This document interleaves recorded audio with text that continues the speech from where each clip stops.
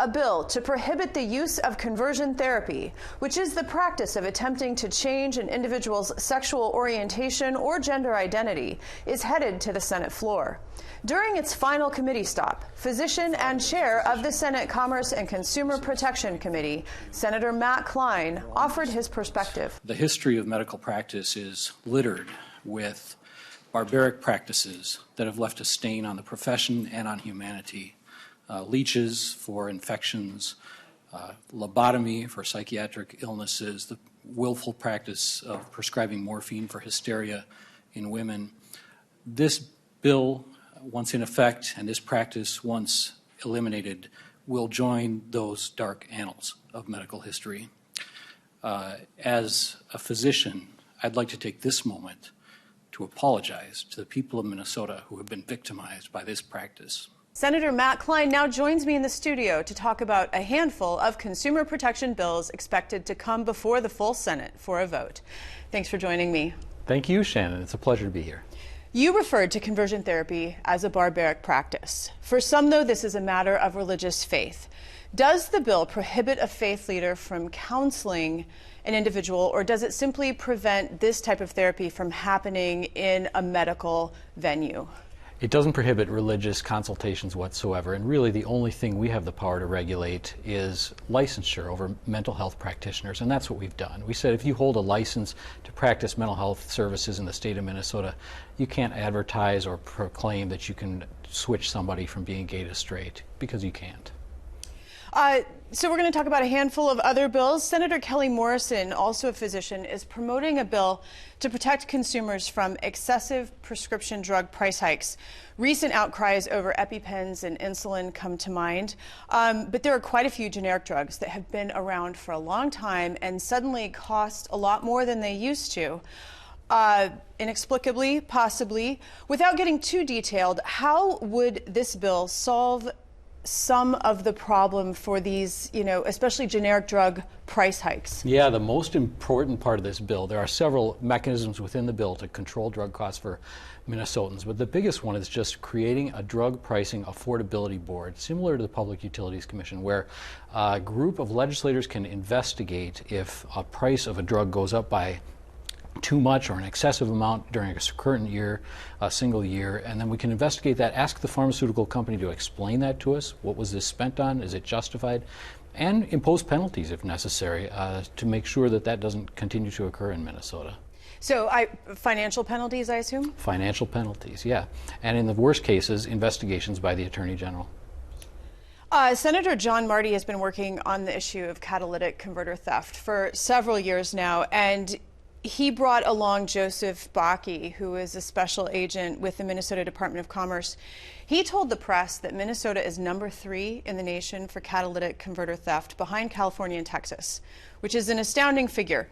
What would his bill do to put a dent in this catalytic converter theft? Well, that's the beauty of the John Marty bill, is that a lot of times when we think about the rise in crime in Minnesota, we think about hiring more police officers or increased presence of law enforcement in our communities.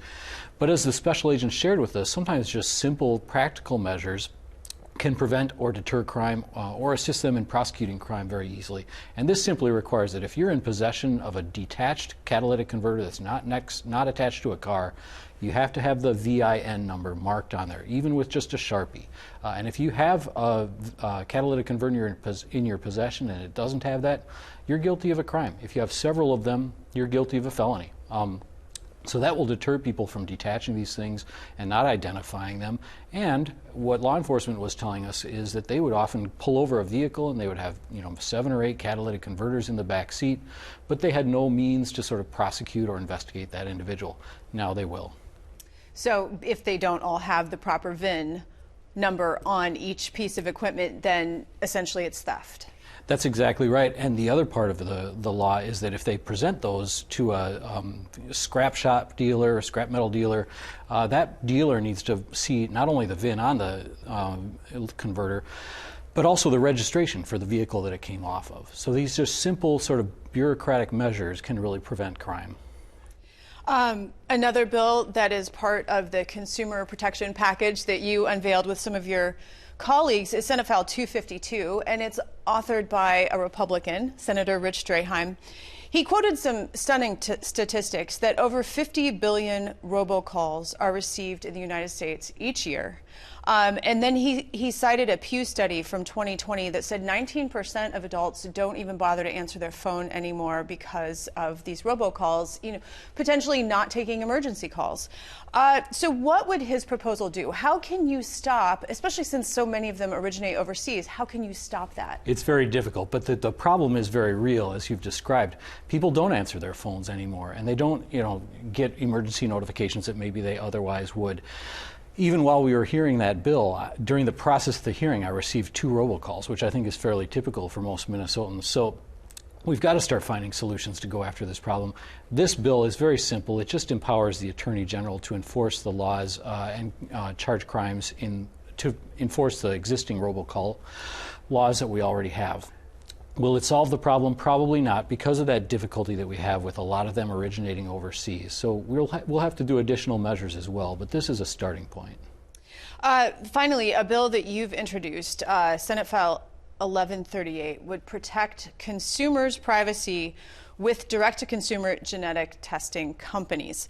So I was given one of these tests quite a few years ago, and I took it, and it's been really interesting for me to see, especially as more people have done this, the profile has improved over time. It now presumably is more accurate about where my ancestors came from here, and I probably have relatives here, and all of that. But what is the concern about the data? Can you explain the need for this bill? Yeah, so this bill actually came to us from the industry itself. 23andMe and Ancestry are the 2 big ones. And you're right, a lot of Minnesotans have ordered these kits and spit into the bottle, and then received sort of a genetic profile in the mail. And what's happened then is that subsequently they'll get an email or a call from a third-party vendor that says, hey, would you like to find out all the people in Minnesota that you're related to, or would you like to find out this additional data? And once they've agreed to that, then their data is out there in public, and it can be used by law enforcement to investigate crimes. It can be used by advertisers to sort of target advertising to you, Shannon, and that's where things can get a little creepy. They've actually solved some crimes like the mass murderer in California, by sort of tracing relatives who had participated in these things and narrowing it down to this one individual. So what this does, it's a model bill that has already been passed in a number of states, and it just gives the consumer, the person who does the test, positive, affirmative, out of the gate choice in whether they want their data shared with anybody. And then it also gives them the option at any point to sort of retract that consent and have their data deleted. So it's a pretty good consumer protection measure. Is it retroactive in that, like, if I decided I don't want my data shared, can I contact them and say, don't share it? Does it go backwards in time? It does. Within those 2 sort of genetic testing companies, 23andMe and Ancestry, you can say, delete my data and don't use it anymore going forward, and they are obligated to do that. Now, if you've already sort of consented to provide it to a third-party administrator or something like that, then there are difficulties there. So mentioning the case that happened in Idaho with the presumed killer, can law enforcement use this even without permission if it could help solve a crime? They cannot, and that's what we've been told. If law enforcement was to approach 23andMe and say something like, we think we have a criminal here and we think these in your database, can you fork over these records? They don't have the authority to do that currently. The way they solved some of those other crimes was by sort of networking close relatives and zoning in on it, but they can't ask for your specific data. So we have just a few moments left. Is there any other bill that you'd like to mention? I'm really excited about the payday lending bill that's being introduced by Senator Judy Seeberger, and that's going to cut down on the interest rates on those payday loans, which really are very exploitative, and just sort of limit them. We can still get payday lending, but we should limit how sort of high cost they are to the individual consumer. So you're talking about like the interest rates then that people are charged. They get a payday loan ahead of when they would normally get paid, and then there's exorbitant fees and interest charges on top to just kind of put a level on that? Yep, put a cap on that so that Minnesotans aren't gouged and digging out of a hole that they can never get out of. And now you're new to the chairmanship, so I just want to just ask you one more thing before we go. Why this committee? What's important to you about being the chair of Commerce and Consumer Protection? You know, commerce touches on almost everything. There's not a single bill here at the legislature that I couldn't call in if I needed to, but I'm really excited because this work of consumer protection has sort of lain fallow, I think, for several years, and it's important work. And the things we've talked about today, you know, payday lending and robocalls and catalytic converters happen to almost every single Minnesotan. And there's things we can do at the legislature to fix that, so we're going to do it. Senator Matt Klein, thank you so much. Thank you, Shannon.